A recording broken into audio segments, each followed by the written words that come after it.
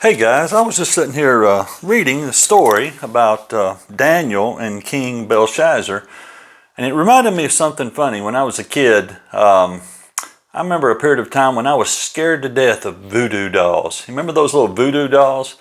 The way it was represented to me was that somebody would have this little homemade doll that represented me. And then they could take a pin or something and poke that doll, and wherever they poked it, I would feel pain there. So if they poked it in the arm, I'd feel pain in the arm. If they poked it in the stomach, I'd get a bellyache. Or they could even twist its head off and kill me. Now, I don't buy into such foolishness, of course, but imagine if that were true. Imagine somebody had a doll that represented you, and everything they did to that doll, you felt that.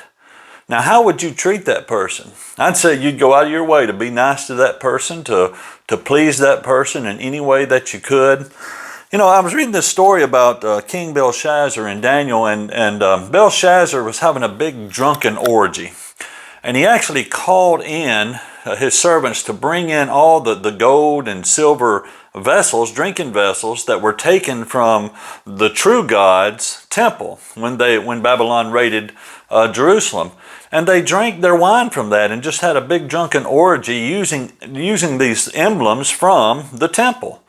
And God, you remember the story, made the hand appear and write this message on the wall. And Belshazzar tried all the wise men of Babylon, all the soothsayers, etc., and nobody could read the writing. And the queen reminded him of this man named Daniel. And so at the queen's suggestion, Daniel was called, and Daniel gave him the interpretation of what was written on the wall there. And then Daniel said this very interesting thing to him. In verse 23 of Daniel 5, it says, "And you have lifted yourself up against the Lord of heaven." He's talking to King Belshazzar.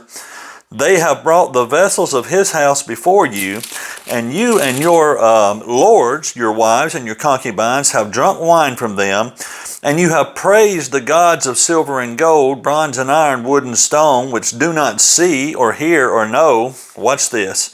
"And the God who holds your breath in his hand and owns all your ways, you have not glorified."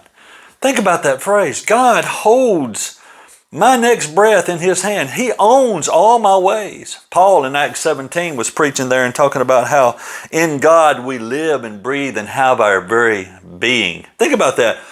You don't take your next breath outside of the will of God. God gives you everything you have, everything that you are. It's because of God. And because of God's will, you live to see the next minute or the next hour or the next day.